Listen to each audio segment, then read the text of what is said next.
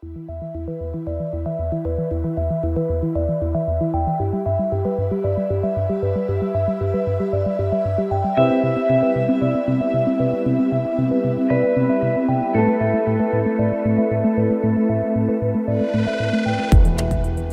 gen neurosurgery වලින් මේ දිනවල අපි කතා කරන්නේ පැතිකුදය ගැන.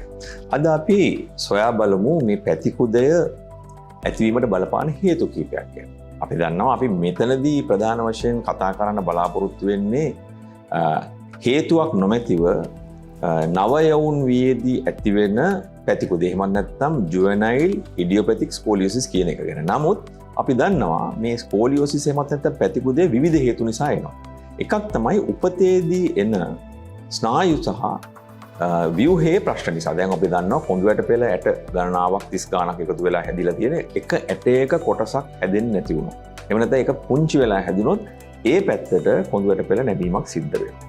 හැබැයි අපි දැනගන්න ඕනේ මේක නැවිලා ඉපදුනාට පස්සේ ඒ නැමිච්ච ගතිය දිගටම තියෙනවා මිසක් එතනින් එහාට ඒක වර්ධනය වීමක් වෙන්නේ වෙනත් හේතුවක් බලපෑවොත් විතරයි.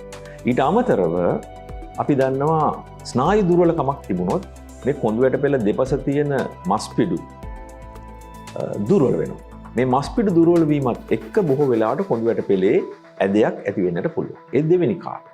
තුන්වෙනි කාරණය තමයි අපි මේ වෙනද කියනවා වගේ කොඳු ඇට පෙළට එහෙම නැත්නම් ස්නායු පද්ධතියේ යම්කිසි හානියක් සිද්ධ වුණොත් ඒ හානිය සිද්ධ වීමේ ප්‍රතිඵලයක් හැටියටත් කොන්ද ඇද වෙන්න පුළුවන්. ඒ වගේම අපි දන්නවා තවත් රෝග කීපයක් තියෙනවා මේ නියුරෝෆයිබ්‍රොමැටෝසිස් කියලා රෝගයක්. ඒ කියන්නේ මේ ස්නායු වල ගෙඩි එන ආබාධ එන රෝග තත්ත්වයක්. මෙවැනි රෝගයන් තියෙන අයටත් මේ කොඳු ඇට පෙළේ ඇදවීම එන්න පුළුවන්. ඒතකොට මේ පැතිකුදේ එන රෝග ගණනාවක් තියෙනවා. දැන් ස්නායු දුර්වලකමකින් එන පැතිකුදයක් නම් ඒක ස්නායු වලට බලපානවා නම් ඒ සම්බන්ධයෙන් අනිවාර්යෙන් ප්‍රතිකාරයක් කිරීම දැකපු අවස්ථාවේදීම කරන්න ඕනේ.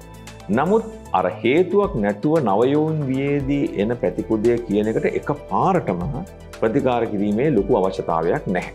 ඒකට අපි ඉස්සෙල්ලාම රෝගියෙක් අහම මේ හේතු ටික සොයා බලා ඒ හේතු වලින් අපි ප්‍රතිකාර කළ යුතු හේතු කුමක්දයි කියලා සොයා ගැනීම තමයි මූලිකවම කරන්න තියෙන්නේ. ඒකට ඔබේ දරුවාට එහෙම නැත්නම් ඔබට මේ ප්‍රශ්නේ තියෙනවා නම් මෙවන් හේතුවක් මේ රෝගය ඇතිවීමට පසුබිමේ තිබුණාද නැද්ද කියන කාරණය අපි මුලින්ම සොයා ගන්නට ඕනේ.